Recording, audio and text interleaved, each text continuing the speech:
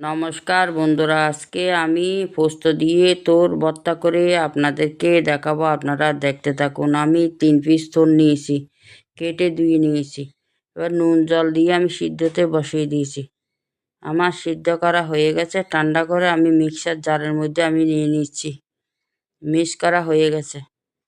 এবার 1 চামচ কালো সরষে, 2 চামচ পোস্ত, অল্প বাদাম, 2টো কাঁচা লঙ্কা একটু জল দিয়ে আমি মিক্স করে নিয়েছি।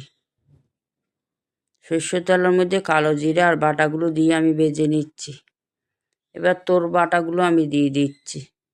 স্বাদ মতো নুন হলুদ দিয়ে আমি ভালো করে নেড়ে দিচ্ছি। জল শুকিয়ে এসছে।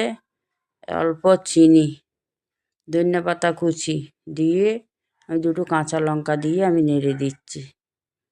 আমার তোর ভর্তা হয়ে গেছে। এভাবে আপনারা করে খাবেন, ভালো লাগবে। জয় গুরু।